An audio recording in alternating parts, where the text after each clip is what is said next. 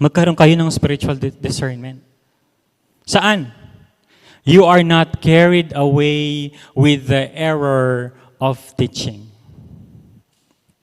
Carried away. Ano bang ibig sabihin pag sinabi mong carried away? Natatangay.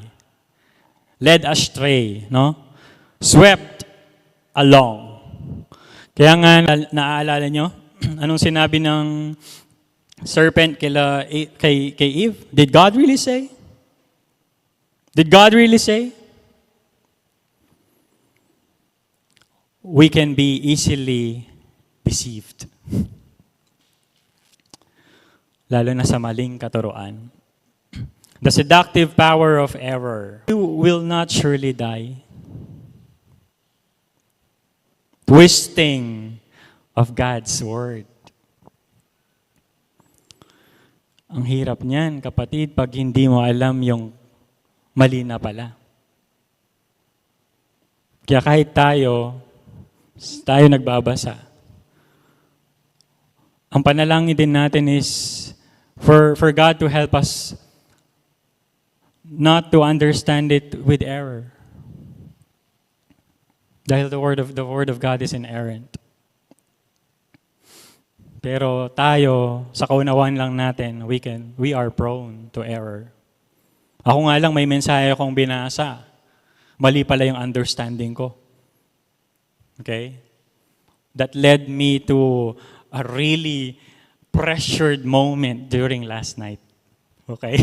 But praise God na may nangyari na igawa ang Panginoon para sa atin. False doctrine, errors, twisting of God's word leads to antinomianism. Antinomian. Pag sinabi mong antinomianism, this is rejection of God's law. Twisting of God's words. Did God really say, you will not surely die? Ang nangyari, they, what?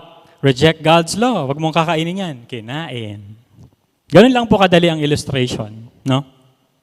So, pag nangyari yon, sabi ni Pedro, you might lose your foundation, your stability.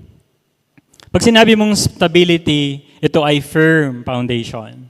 Kung halimbawa ako, tatayo ako, pag isang paa lang ang ginamit ko, I can stand with 1 feet, pero madali akong,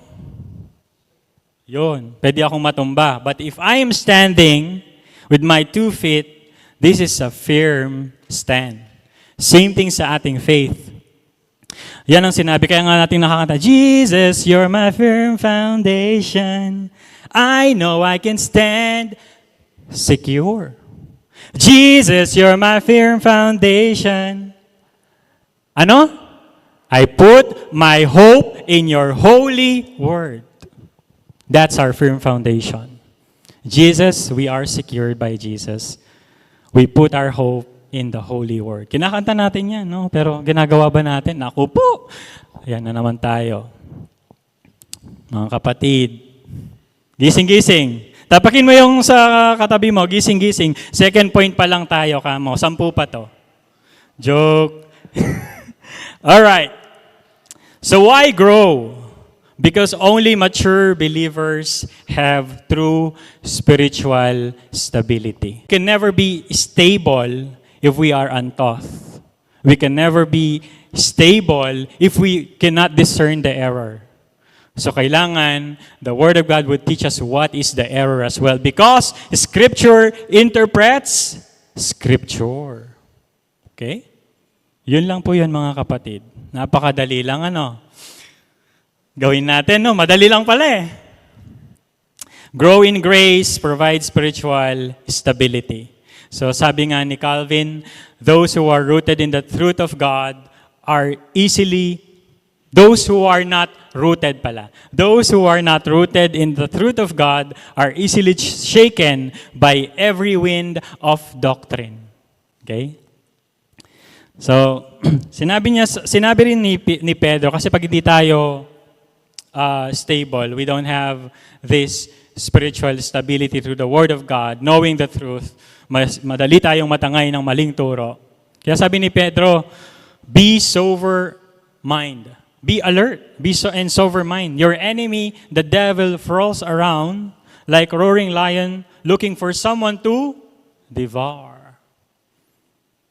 At kung wala tayong protection sa Word of God, wala. We can be easily devoured. Our shield that safeguards us is only the Word of God from any kind of deception. Okay? So alam naman natin yan. Kung anong man sabihin ni Satan, it is written. Matthew 7, basahin nyo yan.